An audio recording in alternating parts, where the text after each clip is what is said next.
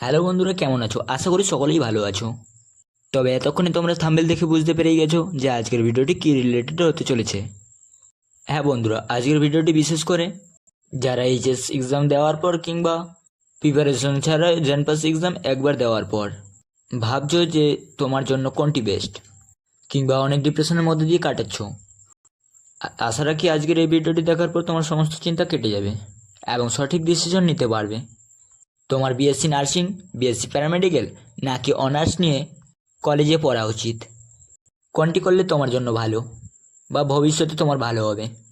তবে ভিডিওটি শুরু করার আগে চ্যানেলে যারা নতুন তারা চ্যানেলটি সাবস্ক্রাইব করে দিও এবং ভিডিওটি ভালো লেগে থাকলে লাইক করে দিও। তাহলে চলো আর বেশি কথা না বাড়িয়ে ভিডিওটি শুরু করা যাক। ভিডিওটির প্রথমের দিকে আমরা বিএসসি নার্সিং বা বিএসসি প্যারামেডিক্যাল, অন্যদিকে অনার্স নিয়ে কলেজে পড়া এর কিছু সুফল ও কুফল তুলে ধরব। প্রথমে আমরা আসি বিএসসি নার্সিং বা বিএসসি প্যারামেডিক্যাল। বিএসসি নার্সিং কোর্সটি করার সময় তোমরা বছরে 60,000 টাকা স্কলারশিপ পেয়ে যাবে।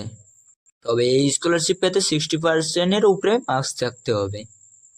এটা প্রায় 4 বছরের কোর্স হয়ে থাকে, তাই তোমরা এখানে 2,40,000 টাকার মতো পেয়ে থাকবে। তবে এই কোর্সটি করার সময় তোমাদের বাড়ির বাইরে 4 বছর থাকতে হবে। এই কোর্সটি করার পর ভবিষ্যতে চাকরি পাওয়ার সময় কম্পিটিশন তুলনামূলক কম হয়ে থাকে। তবে এই কোর্সটি করার পর স্যালারি প্রায় মাঝারি লেভেলের হয়ে থাকে।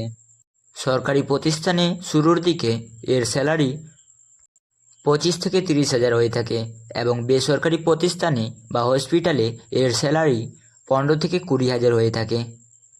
এবারে আসি আমরা অনার্স নিয়ে কলেজে পড়লে তোমরা কী কী সুযোগ সুবিধা পাবে এবং কী কী অসুবিধা হতে পারে। এখানে তোমরা বাড়িতে থেকে পড়াশোনা করতে পারবে। অনেকে বাড়ির বাইরে থাকে, তবে সেটা তাদের ব্যক্তিগত ব্যাপার। এখানে স্কলারশিপ সায়েন্সের জন্য 18,000 এবং আর্টসের সাবজেক্ট নিলে পরে 12,000 টাকা হয়ে থাকে। এখানে অনার্স পড়ার পাশাপাশি অন্যান্য জবের জন্য একটু একটু করে প্রিপারেশন নেওয়া যায়।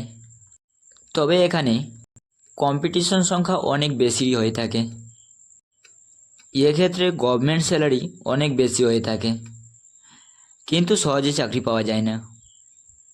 এবারে আসি আমরা বিশেষ কিছু গুরুত্বপূর্ণ কথায়। এখানে দুক্ষেত্রেই তোমাদের কোর্স প্রায় 4 বছরের হয়ে থাকে এবং দুক্ষেত্রেই তোমরা গ্র্যাজুয়েশন সার্টিফিকেট পেয়ে যাবে। ফলে বিএসসি নার্সিং বা প্যারামেডিক্যাল কোর্স করার পরেও তোমরা গ্র্যাজুয়েশন লেভেলের অন্যান্য এক্সামের জন্য প্রিপারেশন নিয়ে এক্সাম দিতে পারবে। তবে বিএসসি নার্সিং আর প্যারামেডিক্যালের ক্ষেত্রে অন্য কোনো বেশি স্যালারির গভর্নমেন্ট জব না পেয়ে থাকলে যে কোনো বেসরকারি নার্সিংহোম কিংবা হসপিটালে জব পেয়ে যাবে। অন্যদিকে 4 বছর অনার্স করার পর যদি গভর্নমেন্ট কোনো চাকরি না পায়, তাহলে অন্য কোনো রাস্তা খোলা নেই। অর্থাৎ এখানে আমি যেটা বলতে চেয়েছি তোমরা আশা করি বুঝতে পেরেছো। আজকের ভিডিওটি এই পর্যন্তই। আশা করি এই ভিডিওটি দেখার পর তোমাদের ডিসিশন নিতে সুবিধা হবে। ধন্যবাদ।